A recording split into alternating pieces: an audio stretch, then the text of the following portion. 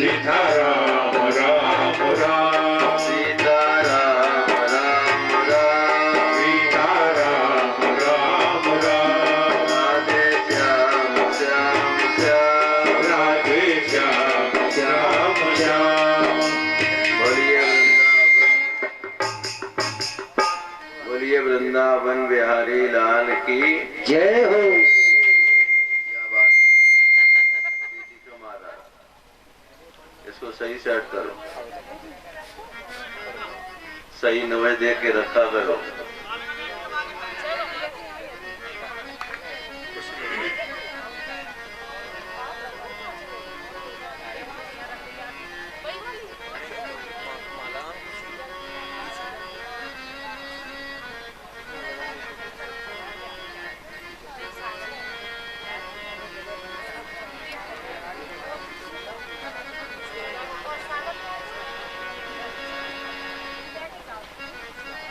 ये बंधुओं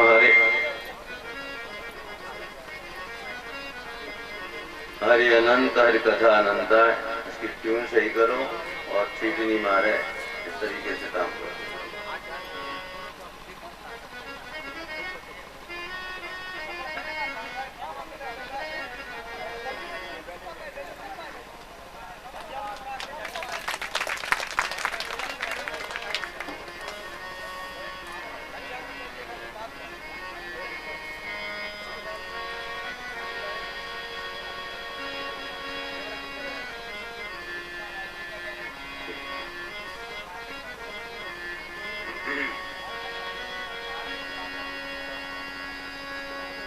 हरि अनंत हरि कथा अनंता।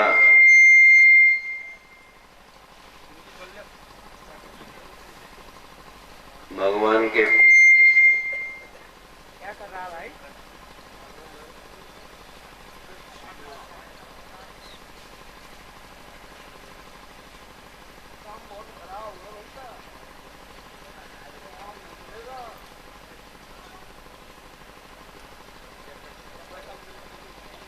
भगवान के पावन चरित्र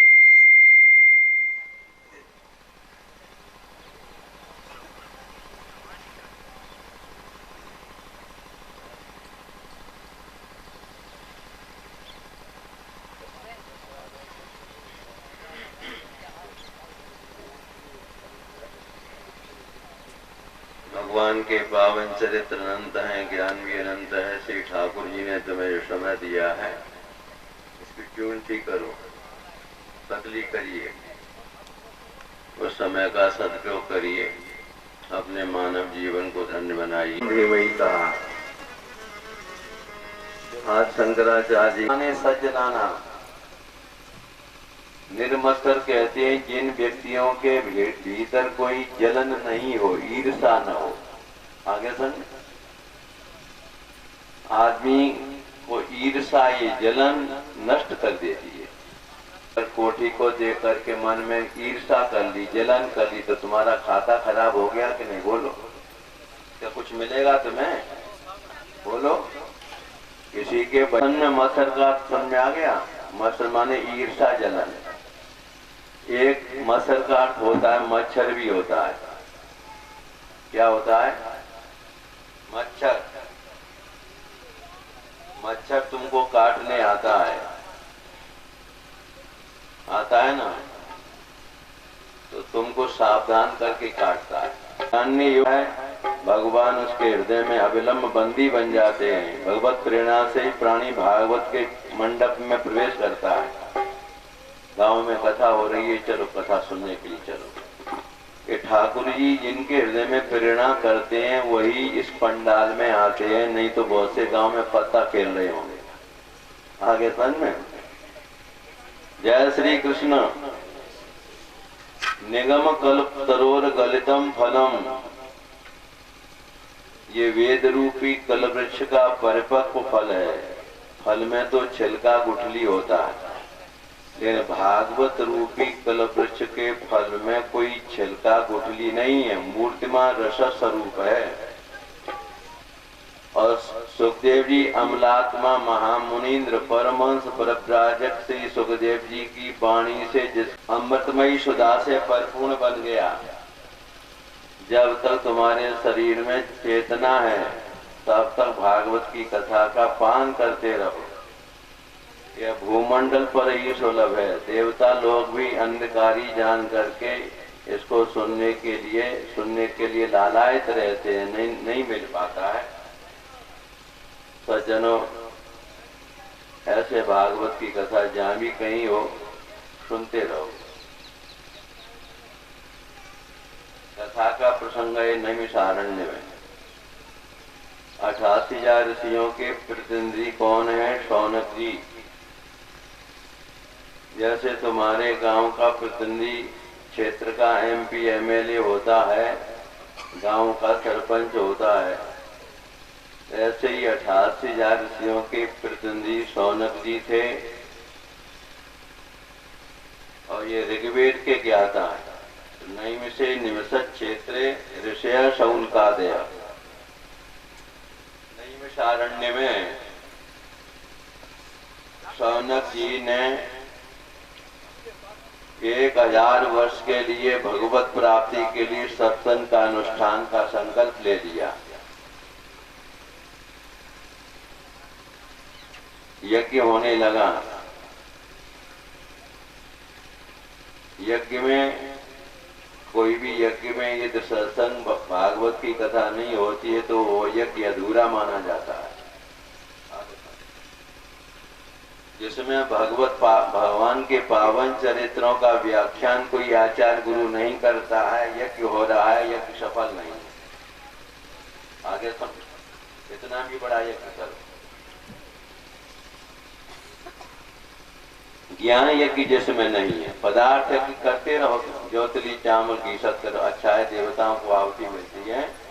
लेकिन जिस यज्ञ में ज्ञान यज्ञ अर्थात किसी आचार्य गुरु के द्वारा भगवान के पावन चरित्रों का वर्णन नहीं हो, उनकी प्रेममयी दिव्य कथा का श्रवण न होवे तो यज्ञ अधूरा होता है।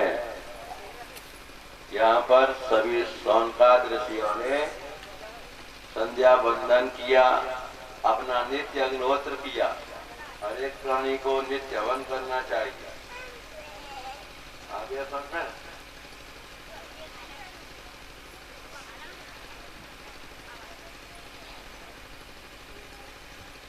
सुशाल। अब भैंस के मुंह पर तो पंखे लगे हैं, 4 बार पानी दी जा रही है, गाय की दुर्दशा है।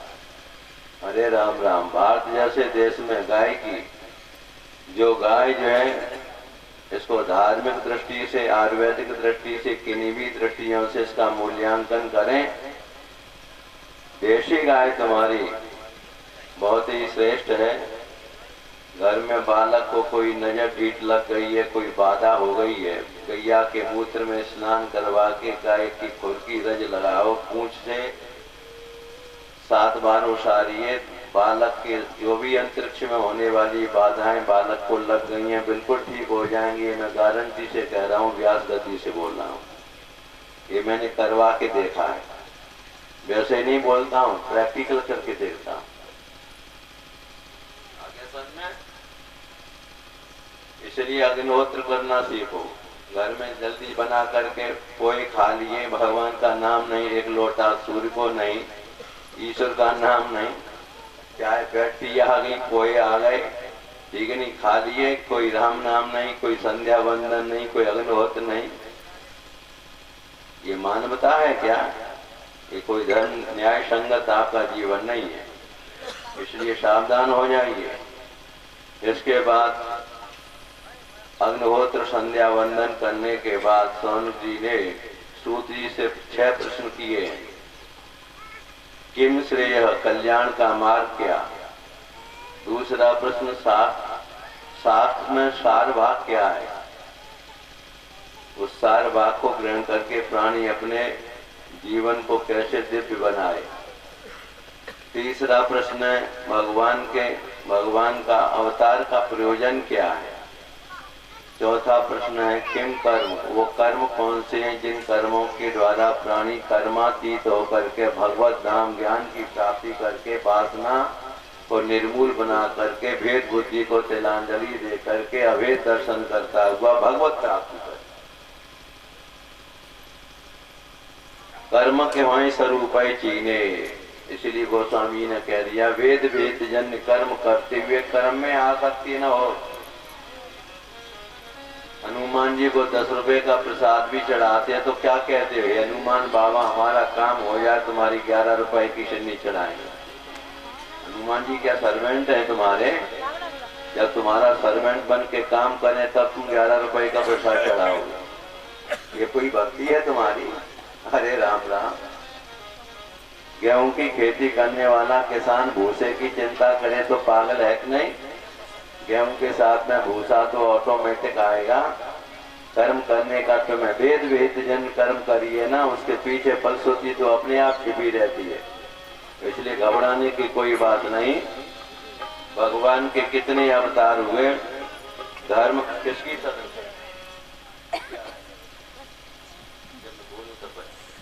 धर्म किसकी शरण में गया? ये 6 प्रश्न किए। इन 6 प्रश्नों के आधार पर ही श्रीमद् भागवत में 18,000 श्लोकों की व्याख्या की गई है, सब सुनाया गया है। सूत जी महाराज मंगलाचरण करते हुए आगे कथा कहने लगे। यम प्रव्रजन्तमनुपेतमपेत कृत्यम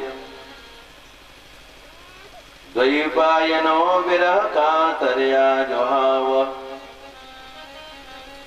पुत्रेति तन्मयतया तरवोऽभिनेदु तम सर्वभूत हृदयं मुनिमानदो। लगे मुनिय साध पृष्ठवम भक्ति लोक मंगलम। हे मुनिजनों, तुमने लोक मंगल की कामना से बड़ा प्रश्न अच्छा किया है। इस प्रश्न के करने से मन प्रसन्न हो गया। परमात्मा के मिलन की का संदेश इसमें मिलता है। कहने लगे सबई पुंसाम परो धर्मो यतो भक्ति रदोक्षजे आहे तो प्रत्यता यह आत्मा संप्रसिद्धति। इस श्लोक के भाव को समझिए। प्राणियों का सबसे बड़ा धर्म यही है कि निष्कपट भाव से फल की इच्छा के बिना भगवान की परा प्रेमा भक्ति हृदय में प्रकट हो जाए। आगे समझ नहीं समझ में आया? सबसे बड़ा धर्म क्या? निष्कपट भाव से फल की इच्छा के बिना भगवान के पावन चरित्रों को श्रवण कर उनके नाम को गुनगुना करके तुम्हारे हृदय में भगवान की परा प्रेमा भक्ति का प्राकट्य हो जाए। इससे आत्मा प्रसन्न हो जाती है। सज्जनों, वासुदेवे भगवती भक्ति योग प्रयोजित। भगवान की परा प्रेमा भक्ति के आने पर ज्ञान वैराग्य प्रकट हो जाते हैं। भक्ति के बेटे ज्ञान वैराग्य। भगवान की भक्ति तुम्हारे है तो ज्ञान वैराग्य आप अपने आप प्रकट हो। सज्जनों, इसलिए धर्म से यहाँ पे कहते हैं। गोस्वामी जी तुलसीदास जी की चौपाई से समझ लीजिए। यह मानव जीवन नरक स्वर्ग नरक स्वर्ग अपवर्ग नशैनी नरक स्वर्ग स्वर्ग नशैनी ज्ञान विराग भगते सुवदैनी ज्ञान विराग भगत सुख देनी नरक स्वर्ग ये मानव जीवन आपको स्वर्ग नरक और अपवर्ग दिलाने वाला है। पुण्य का फल क्या है सज्जनों? स्वर्ग। पुण्य का फल क्या है? तुम पुण्यात्मा बनो, बढ़िया बढ़िया पुण्य करो ना, तो पुण्य का फल है स्वर्ग और पाप का फल क्या है? नरक। और अपने स्वरूप विज्ञान का फल क्या है? अपवर्ग। कि हम कौन हैं, कहां से आए हैं, क्या कर रहे हैं। हम अपने आत्मवाद में हमें अपना बोध हो जाए, आत्मा का ज्ञान हो जाए, अपने स्वरूप का विज्ञान आपके समझ में आ जाए, तो ये अपवर्ग है। आगे समझ। तो प्राणी को अपने मानव जीवन को पा करके स्वर्ग नरक से ऊपर उठकर, क्यों पुण्य करोगे तो स्वर्ग में जाओगे, फिर पुण्य क्षीण वहां हो जाएंगे तो यहीं छोड़ दी जाओगे, पाप करोगे तो नरक में जाओगे, पाप क्षीण होंगे तो यहीं छोड़े जाओगे मृत्युलोक में। ऐसा काम करो ना जिससे कि तुमको आवागमन का चक्कर मिटे। ये कब मिटेगा? जब अपने अंतरंग की इच्छाओं के अंतर्द्वंद्वों से ऊपर उठो। मोक्ष पर्यंत फल की भी दीक्षा तुम्हारे मन में रहती है तो तुमको मां के गर्भ में उल्टा लटकना पड़ेगा। सीधी सी बात है। आगे सुन। पुनरपि मरणम पुनरपि जननम पुनरपि जननी जठरे शयनम।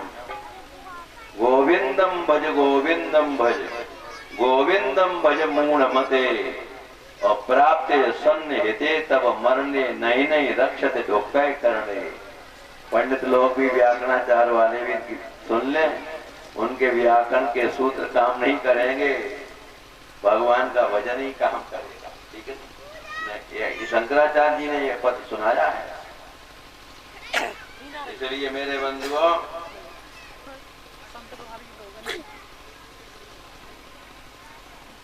इसलिए भगवान की कथा सुनो और उनके नाम का संकीर्तन करो, जीवन में सात्विक भोजन करो, संग दोष से दूर हटो। आगे समय पहले कुसंग छोड़ो, अच्छे लोगों का साथ करो, फिर अच्छे लोगों का भी साथ छोड़ करके एकांत सेवन करो। भगवत स्वरूप अपने स्वरूप का चिंतन करो। गुरुजनों ने जो मार्ग बताए हैं उन मार्ग का अवलंबन लेकर के सादगी के जीवन से रहो। विलासता में जीवन से जीने वाले व्यक्तियों को जीवन में कुछ नहीं मिलता है। आगे समझ। जो विलासता में जीवन से जीते हैं, आवश्यक आवश्यकताओं की पूर्ति करता हुआ प्राणी, अरे थोड़ा मन नहीं मानता है तो आरामदायक आवश्यकता पूरी कर लो, थोड़ा आराम मिल जाएगा। उदाहरण के लिए मैं बताता हूँ, एक शिक्षक 1 किलोमीटर पढ़ाने जाता है। दोपहर भगवान की प्रसन्नता के लिए ही वेद पढ़े जाते हैं, यज्ञ किए जाते हैं, योग किए जाते हैं, वेद जन्य कर्म किए जाते हैं, तपस्या की जाती है, धर्म का अवलंबन लिया जाता है। सारी गतियां भगवान में ही, भगवान के नाम में, उनके स्वरूप में ही समा जाती हैं। इसलिए भगवान की रूप सौंदर्य को अपलक दृष्टि से, भगवान की कितनी सुंदर नासिका है, कितने उनके कपोल अच्छे हैं, भौहें कितनी अच्छी हैं, उनके विग्रह को भीतर उतारो, उनके नाम को गुनगुनाइए, उनकी पावन कथा को सुनो। सुनोगे तो तुम्हारा कल्याण हो जाएगा। आगे सुन। जैसे काठ में अग्नि छिपी है ना, जैसे बादलों में जल छिपा है, जैसे घंटे में ध्वनि छिपी है, जैसे फूल में गंध छिपी है, जैसे शब्द में अर्थ छिपा है, इसी प्रकार से परमात्मा सर्वत्र व्याप्त है। ऐसी कोई जगह नहीं है जहाँ पे मेरा नारायण नाना भूतों में, जगत के जितने भी प्राणी हैं परमात्मा की सत्ता से सब सत्तावान है। जय श्री कृष्ण। जय श्री। मेरे बंधुओं, इसके बाद कहने लगे, इदम भागवतम नाम पुराणम ब्रह्म सम्मतम। सूत जी महाराज कहते हैं, आप लोग धन्य हैं कि एकांत में भगवान की भक्ति करने के लिए प्रश्न कर रहे हो, जन्म मरण के चक्कर से छूटने के लिए और भागवत की कथा सुनने के लिए लालायत होकर के बैठे हो। ये वेद तुल्य भागवत पुराण लोक मंगल की भावना से व्यास जी ने समाधि की अवस्था में इसकी रचना करके अपने पुत्र सुखदेव जी को पढ़ाया। सूत जी कहते हैं मैं वहां बैठा हुआ था गंगा के किनारे, परीक्षित जी को जब कथा सुना रहे थे तो मैंने भी कथा सुनी, इसलिए मैं भागवत की कथा आपके सामने सुनाने जा रहा हूं। शौनक जी ने प्रश्न कर दिया कि यम संहिता कस्मिन युगे कस्मिन देशे केन हेतुना प्रवृत्ता केन पुरुषेण प्रेरितो व्यास इमाम संहिताम कृतवान।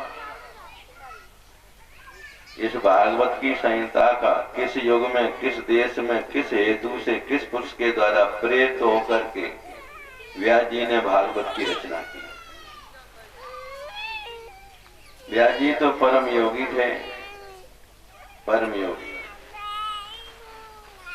7 दिन इन्होंने कैसे कथा सुनाई, ये तो परमहंस अवधूतों की तरह इनको कैसे पहचाना गया।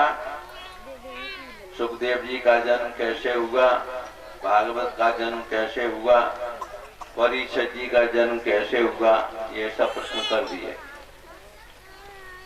इसके बाद सूत जी महाराज ने इन प्रश्नों को सुनकर के कहने लगे,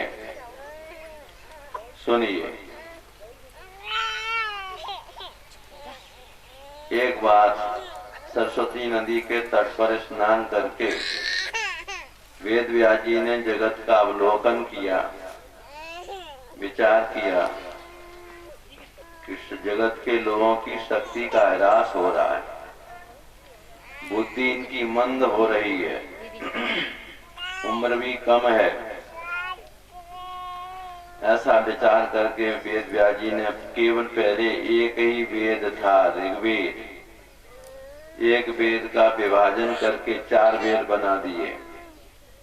ऋग्वेद में जो भौतिक विज्ञान है ना, आणविक शक्ति के सहित, सामवेद में संगीत, अथर्ववेद में तंत्र विद्या, यजुर्वेद में कर्मकांड यज्ञों का देवताओं को बुलाने का।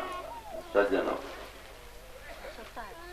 4 वेदों का विभाजन करके पुराणों की रचना की। महाभारत जैसे ग्रंथ को लिखा है जिसमें 1 लाख श्लोक हैं, 25,000 हरवंश पुराण के अलग हैं।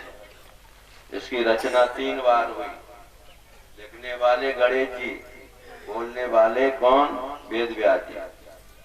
गणेश जी ने कहा हम लिखेंगे जरूर महाभारत, तुमने विराम कहीं ले लिया, तुम्हारी वाणी रुक गई तो हम लिखना बंद कर देंगे। तो व्यास जी ने विचार किया कि भाई श्लोक बनाएंगे तो टाइम तो लगता ही है, और लिखना बंद कर देंगे। तो कहा कि मेरे द्वारा बनाए हुए श्लोक को जब तुम लिखो तो इस श्लोक के अर्थ का चिंतन करके लिखना। ये कह दिया। अब कोई श्लोक लिखोगे, अर्थ का चिंतन करोगे तो धीरे धीरे लिखोगे, इसका क्या अर्थ होगा। तो व्यास जी तब तक 100 श्लोक बना देते थे,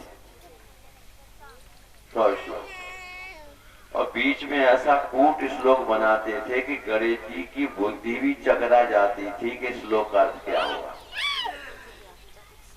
3 बार रचना हुई, जय नाम पड़ा, दूसरी बार रचना हुई भारत नाम पड़ा, तीसरी बार रचना हुई महाभारत। इसमें 1 लाख श्लोक, 25,000 श्लोक जो है हरिवंश पुराण के भी इसमें मिलाए जाते हैं। आगे सुन, ऐसा अद्भुत ग्रंथ महाभारत को जिसने पढ़ लिया उसने 18 पुराण, 18 उपपुराण और धर्म ग्रंथों को महाभारत की पढ़ने वाले व्यक्ति को सब कुछ हृदयंगम हो जाएगा। क्यों रचना की? कि कौन सा मंत्र किसके लिए कल्याण करने वाला है। अरे गहरे नथु खैरों के लिए गायत्री मंत्र श्री राम शर्मा ने बांट दिया, उसका वंश ही नष्ट हो गया। सज्जनों, वेद हमेशा नाभि से उच्चारण होता है। यहाँ से नाभि से मूलाधार तक से एक नाड़ी जाती है स्त्रियों के गर्भाशय तक। यदि स्त्री वेद मंत्र का नाभि से उच्चारण करेगी उसका गर्भाशय बिगड़ेगा और ब्रह्मा की सृष्टि में क्षय होगा। जय श्री कृष्ण। तुम्हारा प्रणव कौन सा है? जैसे ओम नमो भगवते वासुदेवाय पुरुष जपेगा, इसी मंत्र को स्त्री जपेगी तो ह्रीं भगवते वासुदेवाय नमः। ओम नमः शिवाय शिवाय नमः, नमः शिवाय पुरुष जप सकता है, इसी मंत्र को स्त्री जपेगी तो शिव। इसलिए भागवत में अभी लिख दिया, स्त्री सूद बंधु राम त्रयी न शुद्ध गोचरा की गई। राम मंत्र कृष्ण मंत्र भी बिना प्रणव के दिए जाते हैं बंधुओं, इसलिए इनका बड़ा महत्व है। जय श्री कृष्ण, जय श्री कृष्ण, जय श्री राम, जय शिव, जय शिव, जय श्री राधे। अपने मनी राम को ही ले आइए। सज्जनों, 17 पुराणों की रचना करने के व्यास व्यास जी को जब संतुष्टि नहीं हुई है तो देवर्षि नाथ जी ने उनको भागवत के रचने की प्रेरणा दी। 4 श्लोकों को जो नारायण ने ब्रह्मा को बताए, ब्रह्मा ने नारद जी को बताए, नारद जी ने 4 श्लोक भागवत के वेद व्यास जी को बताए। तो वेद व्यास जी ने समाधि की अवस्था में भगवान की कृपा से 18,000 श्लोकों की रचना की है। अपने अहंकार में आकर के कठिन तपस्या की। वो तपस्या के पूर्व मेरा कोई गुरु नहीं था।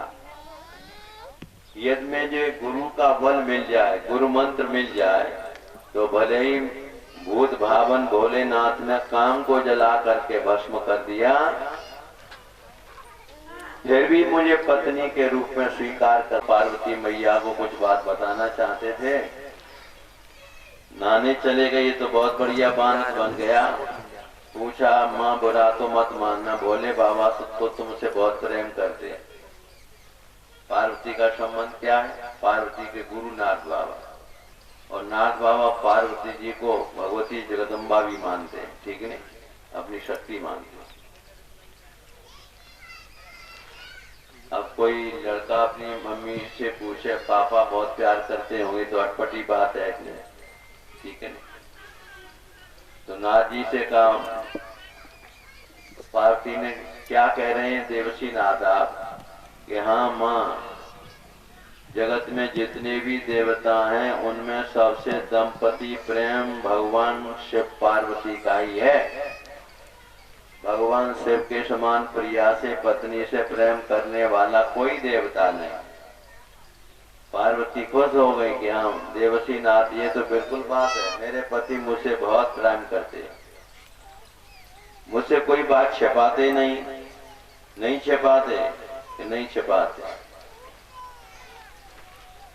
पूछ लेना अपने, तुम्हारे पति के गले में जो मुंडों की माला पड़ी है ना, ये बात तुमको कभी बताई तुम्हारे पति ने? अब तो पार्वती का माथा ठनक गया कि ये तो कभी नहीं बताई। ऐसा क्या करके मुझे समय नहीं है, जा रहा हूं।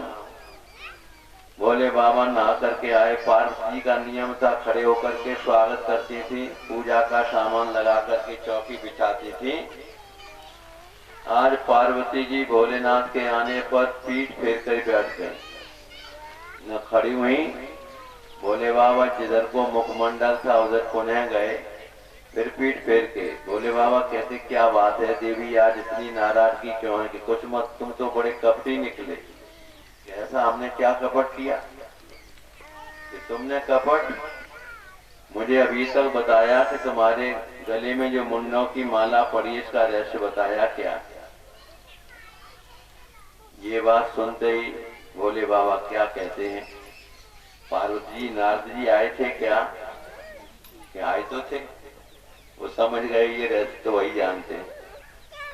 भोले बाबा को बताना पड़ा, देखो देवी, मेरा एक ही जन्म है, तुम्हारे अनेक जन्म, तो आप जैसे पति प्राप्त होकर के मैं दूसरे जन्म को धारण क्यों करती हूँ? मेरा भी एक जन्म होना चाहिए ना। आप अविनाशी पद वाले हैं तो अविनाशी पद वाली मैं भी बनूं। तो कहा ठीक है, अब तो तुमको देखिए अब अविनाशी पद कैसे मिलता है। कहने लगे भगवान बुद्ध भावन, ये तो हम तुमको अमर कथा सुनाएंगे और अमर कथा के सुनने से प्राणियों की ये सूक्ष्म वासनाएं भी निर्मूल होती हैं। भेद बुद्धि को तिलांजलि देकर अभेद दर्शन करता हुआ लिंग भेद को समाप्त करके प्राणी जीवन मुक्त बनता है। कोई कामना उसके नहीं रहती है, ये अविनाशी पद पा जाता है, उसका फिर बार बार जन्मना मरना नहीं होता। भोले बाबा कैलाश पर्वत भी सुना सकते थे, लेकिन भोले बाबा को प्रेरणा कहाँ हुई इसमें विचार। माँ के गर्भ में था ना, उत्तरा के गर्भ में अश्वत्थामा के द्वारा छोड़ी हुई ब्रह्मास्त्र से कौमुदकी नाम की गदा को मैंने चक्रवत घुमा करके रक्षा की, लेकिन परीक्षित को आगे चल करके ब्राह्मण का बांग में श्राप लगेगा, बांग में अस्त्र का प्रहार होगा। ब्रह्मास्त्र के द्वारा तो मैंने माँ के गर्भ में रक्षा कर दी, लेकिन इसी परीक्षित को आगे चल करके बांग में अस्त्र, ब्राह्मण के श्राप का अस्त्र लगेगा, और इस ब्राह्मण के बांग में अस्त्र से कोई इसको मुक्ति नहीं दिला सकता है।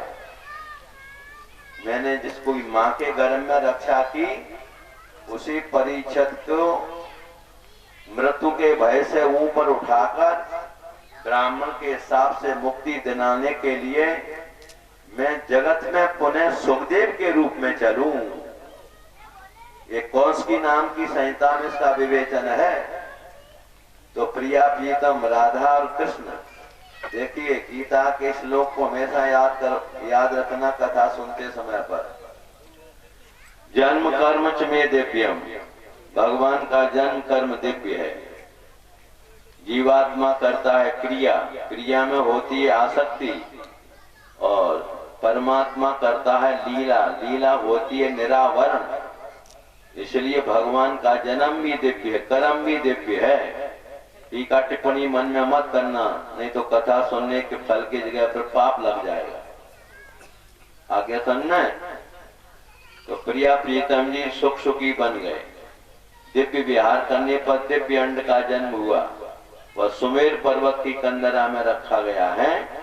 तो अपनी प्रिया पार्वती को अमर कथा, दिव्य कथा, जिसके द्वारा पुनर्जन्म हमारा पुनः न होवे, सज्जनों भोलेनाथ ने बता दिया था कि आपकी जितनी मृत्यु हुई है, जन्म हुए, वो मुंड हम काट लेते हैं, गले में पहन लेते हैं।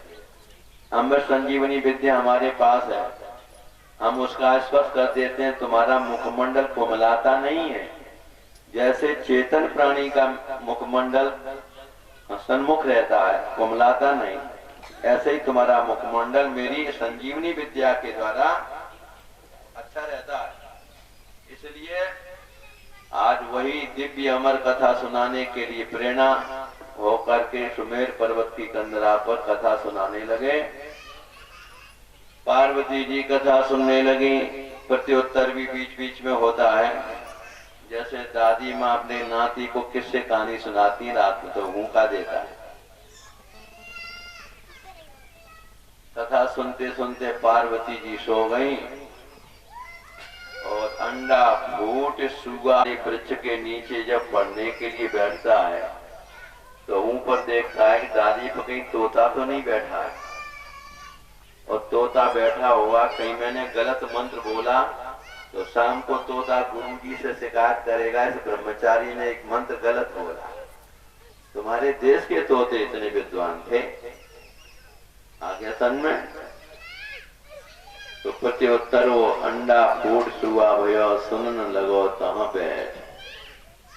भोले बाबा तो नेत्र बंद करके परा प्रेमा भक्ति में मग्न होकर के कथा, राम कथा, रामचरितमानस और श्रीमद् भागवत दोनों ही ग्रंथ अमर कथा हैं। ध्यान से सुन लेना। रामायण की एक चौपाई उसका श्लोक भागवत में मिलेगा, भागवत के प्रत्येक श्लोक की चौपाई रामायण में मिलेगी। अव्यक्त जो निराकार परब्रह्म परमात्मा सदा शिव है, वही त्रेता में राम के रूप में आता है, और त्रेता भगवान श्री राम की दिव्य अनुपम छवि को मन में उतार करके और नेत्र बंद करके प्रेमा भक्ति से कथा सुनाते हैं भोलेनाथ जी। चौपाई रामायण में आती है, पार्वती जी को जब कथा सुना रहे थे बाबा तुलसीदास जी ने लिखा, सावधान सावधान होए पुनि जब शंकर, सावधान होए सुनि जब शंकर, सावधान होए पुनि जब शंकर, लागे कहना कथायत सुंदर, लागे कहना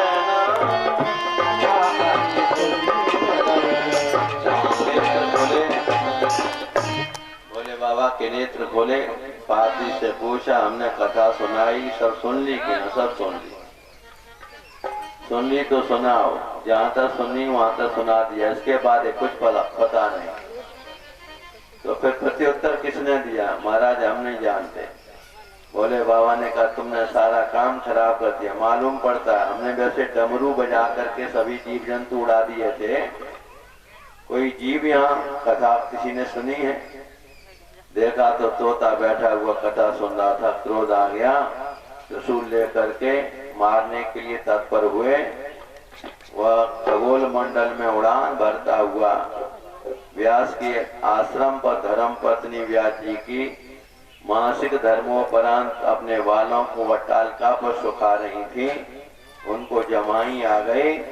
ये दिव्य तोता देखिए, भगवान की दिव्य लीला से, दिव्य विहार से, दिव्य तोते अंड का जन्म दिव्य तोता, दिव्य पुरुष से दिव्यात दिव्य कथा सुनी तो दिव्यात दिव्य हो गया कि नहीं हो गया? तो सूक्ष्म रूप से व्यास की धर्म पत्नी के गर्भाशय में प्रविष्ट हो गया। शंकर जी पहुंच गए, बोले ना तुम्हारे घर में हमारा चोर है। वचन दे दिया, कहा गोसाई रोशन कीजिए, बालक हो सो आप ही लीजिए। हमारे घर में ये बालक का प्राकट्य हो जाए, हम कोई संबंध नहीं रखेंगे, हम आपको सौंप देंगे। 12 साल तक गर्भ में रहा। व्यास जी जानते हुए भी कहते, कौन दुष्ट गर्भ में आ गया, जन्म को स्वीकार नहीं करता। माँ के गर्भ में 12 साल तक पैदा ही नहीं हो रहा है। मैं अभी जल के छींटे मार करके टुकड़े टुकड़े बना दूंगा। अंदर से आवाज आती है, पिताजी इतने नाराज क्यों होते हो? भूमंडल जब माया से रहित बन जाएगा, भगवान की सृष्टि में माया से रहित।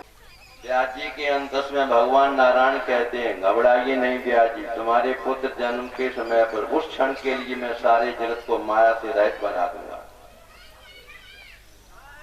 जब इंद्र का अनुचर कामदेव भूत भावन भोले बाबा की समाधि जगाने के लिए प्रकृति के नियमों में चेंजिंग कर सकता है। धरीन गाऊ धीर सबके मन मन से जहरे, जे राखे रघुवीर देव बरे तह काल में। जब कामदेव प्रकृति के नियमों को संगम करें तालाब तलाई, ये नियम भंग कर सकता है, तो भूतल पर भगवान को उतारने के लिए, भगवान क्या माया से रहित एक क्षण के लिए जगत नहीं बना सकते हैं क्या? सज्जनों, कभी कभी हर एक प्राणी कुछ समय के लिए, कुछ क्षण के लिए माया से रहित बन जाता है। तुम लोगों से भी बनते। जय श्री कृष्ण। लेकिन वो स्थायित्व को प्राप्त हो जाए तो जीव का कल्याण हो जाए। सज्जनों, पैदा होते 12 साल के बाद 16 साल की उम्र जिनकी थी, उतने बड़े बन करके ये आगे बढ़ गए। यम प्रव्रजंत मनुपेत मपेत कृत्यम, इनका यज्ञोपवीत संस्कार नहीं हुआ, आगे बढ़ रहे हैं। पुत्रेत माने पुलुत भावे न आजुभाव, बेटा बेटा बेटा, यानी आवाज को बढ़ाते बढ़ाते चिल्ला रहे हैं, बेटे तुम्हारी माँ बेसुध पड़ी है, हमारे बुढ़ापे के जीवन के सारे बेटा, तुम कहाँ दौड़े चले जा रहे हो? तो सुखदेव जी बोलते नहीं, सुखदेव जी की तरफ से वृक्ष उत्तर दे रहे हैं। जड़ वृक्ष उत्तर देते हैं, क्योंकि सर्वम कर्मिदम ब्रह्म। सुखदेव जी की दृष्टि में कोई जड़ वस्तु नहीं है, सब चेतन ही चेतन है सुखदेव जी की दृष्टि में। अब आप बताओ कि पूछ सकते हो कि पंडित जी काठ, सूखा काठ है वो तो जड़ है, वो चेतन कैसे हो जाता है जिसे जड़ कहते हैं? ये बात समझने की है। तो वृक्षों ने उत्तर दिया,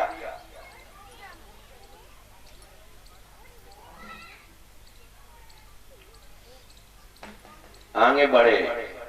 देवांगना सरोवर में निर्वस्त्र होकर के नहा रही थी। सुखदेव जी के रूप सौंदर्य को भगवान श्री कृष्ण का जैसा स्वरूप है ऐसी सुखदेव जी का अपलक दृष्टि से उनके रूप माधुरी को हृदय में उतारती हैं, दर्शन करती हैं। वस्त्रों को धारण नहीं किया, निर्वस्त्र ही खड़ी हैं। जब वेद व्यास जी सन्निकट आते हैं तो तत्पर खड़े होकर के जल्दी जल्दी उन्होंने अपने वस्त्रों को पहना। तो वेद व्यास जी ने फटकार लगाई, अरे प्रमदाओ निर्लज्जो, हमारा जवान लड़का जब आगे निकला तो तुम निर्वस्त्र अवस्था में टकटकी लगा के देखती रही और मुझे 80 साल के बुढ़े को दे करके वस्त्र पहनती हूँ। तो उन देवांगनाओं ने क्या उत्तर दिया? वेद व्यास जी बुरा मत मानना, भले ही तुमने वेदांत लिखा है, भागवत लिखा है, सभी पुराण लिखे, लेकिन तुम्हारी दृष्टि में लिंग भेद है। तुम आतंकवादी नहीं हो, तुम्हारी दृष्टि शरीर पर रहती है। तो जिस व्यक्ति की दृष्टि शरीर पर है उसके लिए तो वस्त्र पहनने ही पड़ेंगे, और तुम्हारा बेटा तो आत्म स्वरूप से सबके हृदय में निवास करने वाला परमात्मा कृष्ण और राम ही है। इसलिए उसके वो तो हमारे भीतर भी है, बाहर भी है, उसके लिए हम वस्त्र पहने या न पहने। स्त्री पुम्यधा न तो सुतक्ष विभक्त दृष्टि, ये कहा देवांगना। व्यास जी ने विचार किया कि बिल्कुल हमारे बारे में ठीक बात कही, ठीक है नहीं सज्जनों। इसके बाद वही आगे जब भागवत की रचना की है तो विचार किया कि भागवत के पढ़ने का अधिकारी ढूंढ रहे हैं कि भागवत के पढ़ने का अधिकारी कौन है। जगत में किसी को नहीं देखा सिवाय सुखदेव में। स्त्री भागवत रामायण गीता पढ़ करके अपने पुत्रों को शिक्षा दे सकती है, और गर्भिणी है तो गर्भ में जोर जोर से बोल करके बच्चों को संस्कार दे सकती है। लेकिन स्त्री का शरीर व्यास गद्दी पर, भागवत की गद्दी पर बैठ करके कथा कहने का नहीं है। सहज अपावन नार पथ सेवै सुभगत लहें, जसु गावै सुतचार अजौ तुलसी का हरि प्रिय। 3-4 दिन मासिक धर्म होता है। हमारे यहाँ गोस्वामी ने लिखा सहजा पावन क्यों हो गई? अन्य दिनों में एक प्रकार का द्रव्य पदार्थ जो उनके शरीर से निकलता है, इसलिए जिनको व्यास गद्दी पर हमारी देवियां स्त्रियां भागवत पढ़ें, अध्ययन करें, रामायण पढ़ें, गीता पढ़ें, सभी पुराण पढ़ें, और पढ़ करके गर्भ में बालक है तो जोर जोर से पढ़ के बच्चों को अच्छी शिक्षा दे करके एक गुरु, पहले नंबर की गुरु बन करके संसार के लोगों का कल्याण कर सकती है। लेकिन वही स्त्री का शरीर व्यास गद्दी पर बैठ करके कथा कहने के लिए कोई आज्ञा नहीं दी गई है। क्यों? कथा कहने पर ऊर्जा बढ़ती है ना। ऊर्जा बढ़ने पर कहीं मासिक धर्म हो गया तो क्या होगा? इसलिए स्त्री का जनेऊ संस्कार नहीं होता, इसीलिए नहीं होता है। यज्ञोपवी संस्कार नहीं होता है स्त्री का, इसलिए नहीं होता है। लेकिन रामदेव बाबा और श्री राम शर्मा गायत्री परिवार वाले ने इनको स्त्रियों को भी जनेऊ पहना दिया। मैं तो गायत्री की जब तप के प्रभाव से आभा मंडल से टकरा करके वापस लौट जाते थे तो पत्थर के टुकड़े से गायत्री की उपासना करने वाला डर गया। हमने यहाँ तक वचन बोले फिर भी नहीं आए। जय श्री कृष्ण। ये शांत कुंज हरिद्वार की बात मैं कर रहा हूँ, मैं स्वयं गया था। तो सज्जनों, वेद वेद जन्य कर्म स धर्म, वेद जिनके कर्म करने की आज्ञा देता है वही धर्म है। हर एक का हर एक में अधिकार नहीं होता है। सज्जनों, पीपल बमूल कहे कि हमको पीपल बोलिए, कैसे बोल देंगे हम? ठीक है ना, पीपल को पीपल कहा जाएगा, बमूल का बमूल कहा जाएगा। धर्मशास्त्र के आधार पर ही तो हम बोलेंगे ना। जय श्री कृष्ण, जय श्री राधे। तो अधिकारी की बात आई थी, इसलिए मैंने बता दिया। श्री सुखदेव जी को ये अधिकारी जान करके ये गुरुकुल में जाते हैं, कुलपति से मिले, बड़ा स्वागत किया। हमारा बेटा सुख इस वन में रहता है क्या? यहाँ रहते हैं हमारे। 12 बजे हमारे गुरुकुल के दरवाजे पर आते हैं, ब्रह्मचारी उनको दाल रोटी दे देते हैं और खा करके चले जाते हैं। जय श्री कृष्ण वन में। तो व्यास जी ने एक श्लोक पढ़ाया ब्रह्मचारियों को, तुम इस श्लोक का गायन करना, मेरा बेटा सुख इस श्लोक को सुन करके तुम्हारे पास जरूर आएगा।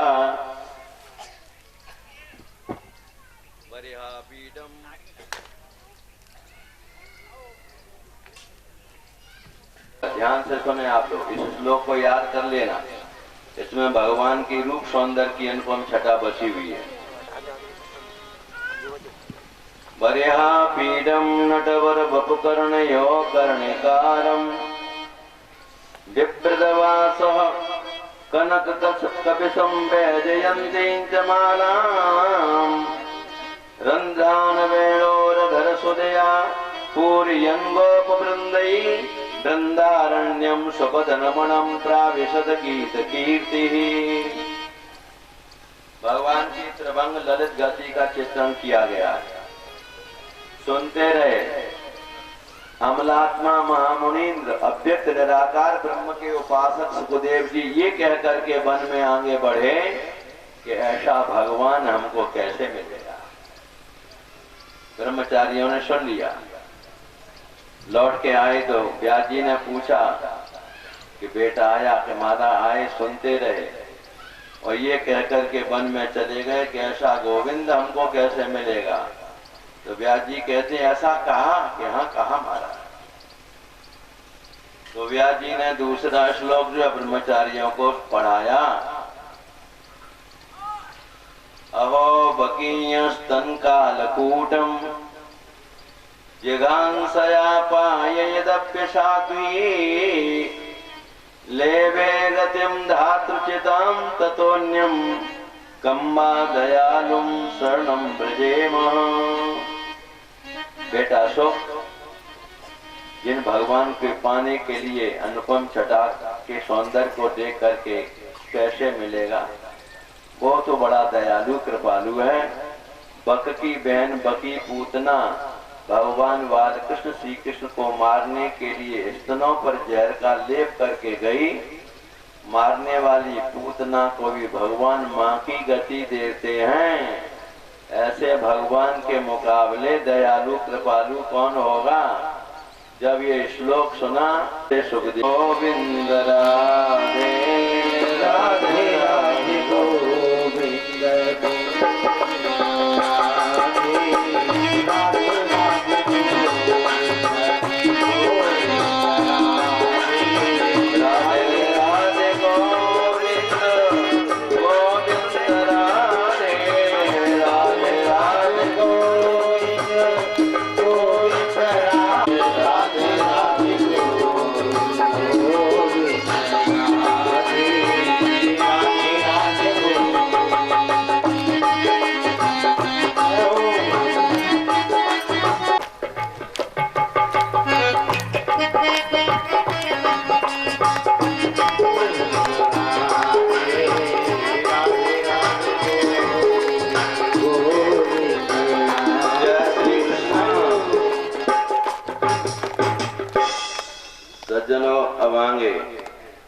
शौनक जी ने प्रश्न कर दिया कि महाराज सुखदेव जी तो परमहंस दिगंबर अवधूत महात्मा राम समभ्यसत, इनको भागवत पढ़ने की क्या जरूरत थी? सूत जी महाराज सुनाते हैं सोनकार ऋषियों के लिए, सुनिए महाराज। आत्मा रामास्य मुनियो निर्ग्रंथायपि रुक्रमे कुर्वन्तः तुकीं भक्तिं मित्थं भूत गुणो हरिः। हरेर्गुणाक्षिप्त मतिर्भगवान् वादरायिणी अद्यगानमेदाख्यानम् नित्यम विष्णु जनप्रिय। दो श्लोकों के बाद बाबा तुलसीदास रामायण में लिख दिए। वेद पुराण वशिष्ठ बखाना, वेद पुराण वशिष्ठ बखाना, सुनहि राम जस विद जाना।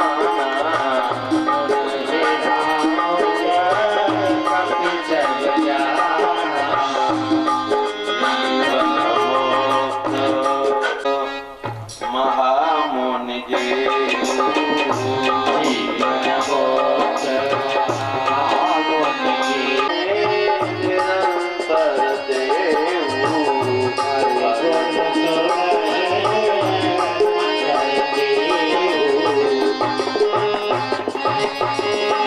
जो जीवन मुक्त महात्मा होते हैं के बीजते हैं और उनके पावन चरित्रों को सुनते हैं।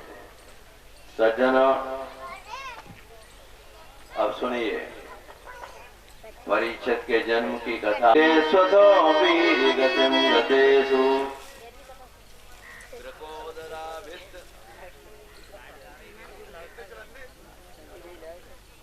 जनरेटर चला। सुनिए,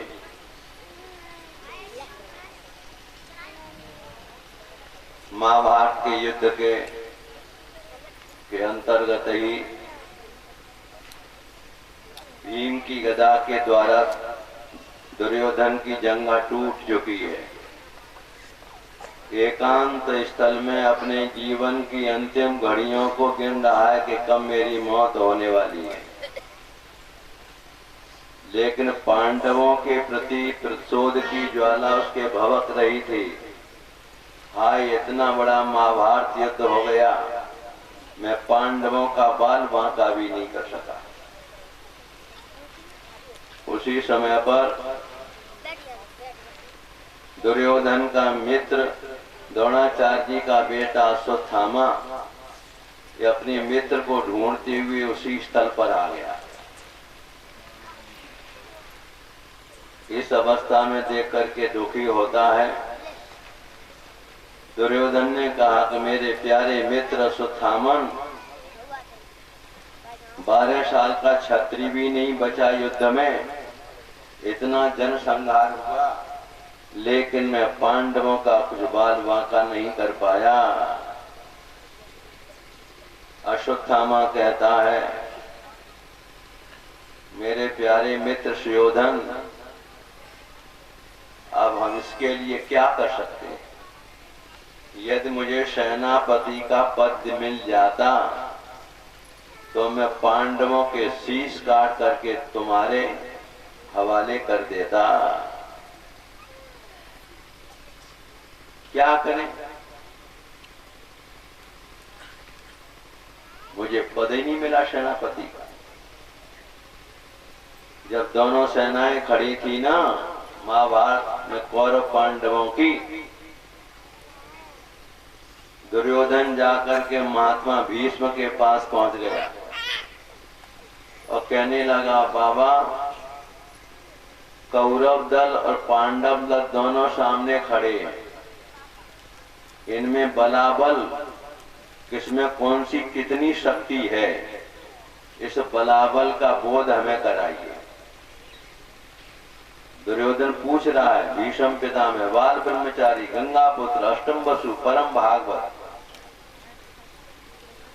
तो भीष्म पितामह कहते हैं कि बेटा दुर्योधन, जो मैं अपनो तेज समारो तो एक दिवस में 2 दल मारो। यदि मैं अपनी समग्र शक्ति को समाहित करके युद्ध के मैदान में टूट पड़ूं तो 18 क्षौणी सेना का एक दिन में संहार कर सकता। दुर्योधन खुश हो गया, बाबा तो हमारे पक्ष में। जब अपने मन की कोई बात मीठी मिल जाए तो फिर उमंग बढ़ जाते, फिर और पूछने लगते कि बाबा और बताइए, और बताएं। कर्ण जो अपना रण रचे तो 5 दिवस में पूर्ण ही बचे। कर्ण तुम्हारा जो मित्र है वो युद्ध करने में समग्र शक्ति को समाहित होकर के युद्ध करे तो 5 दिन में सबका संहार कर सकता है। खुश हो गया दुर्योधन, कर्ण मेरा मित्र है, मेरे ही पक्ष में है। फिर पूछा बाबा और बताना, तो कह दिया द्रोणी 3 ही दंड में। द्रोणी माने द्रोणाचार्य का बेटा अश्वत्थामा। 24 मिनट का एक दंड होता है, दंड को ही घटी कहते हैं। द्रोणी 72 मिनट में सारी सेना का सफाया कर सकता है। अब तो दुर्योधन के खुशी का ठिकाना नहीं, ये तो हमारे ही पक्ष में है। बाबा और बताइयो। अब भीष्म बाबा कहते हैं, बार बार पूछता है और बताइयो और बताइयो, और बताएं। यहाँ बताओ बाबा। पलक ढरत अर्जुन हने गहन दूजोबान। एक पलक के मारते मारते अर्जुन एक ही बाण से सारा संहार कर सकता है। अब तो दुर्योधन का मुखमंडल कोमला गया कि बाबा युद्ध क्यों करते हो? तो कहा कि अरे दुर्योधन, पांडु पुत्र अर्जुन ये अधिकारी है। जीवन में संकट आने पर भी, प्राणों की उपस्थिति उपस्थिति होने पर भी अर्जुन उस दिव्य अस्त्र का प्रयोग नहीं करेगा। वो अधिकारी है, इसलिए घबराओ नहीं। भीष्म बाबा कहते हैं 10 दिन के सेनापति का पद मैं संभालता हूं। तो वही कह रहा है अश्वत्थामा। 10 दिन के सेनापति बने भीष्म पितामह। 5 दिन के सेनापति बने कौन? गुरु द्रोणाचार्य। 2.5 दिन के सेनापति कर्ण बने और आधे दिन का सेनापति शल्य बना। हमारा नंबर ही नहीं मिला। नंबर मिलता तो हम पांडवों के शीश काट के तुमको हम सौंप देते। दुर्योधन कहता है अभी कोई बात नहीं, अभी पांडव और कौरवों की सेना शेष बची हुई है और भगवान शेष बची हुई है। भूत भावन भोलेनाथ उस सेना की रक्षा कर रहे हैं। जाओ, तुमको मैं सेनापति का पद देता हूं। दुर्योधन ने मुकुट में लगी हुई मणियों से सुसज्जित अपना मुकुट अश्वत्थामा के माथे पर बांध दिया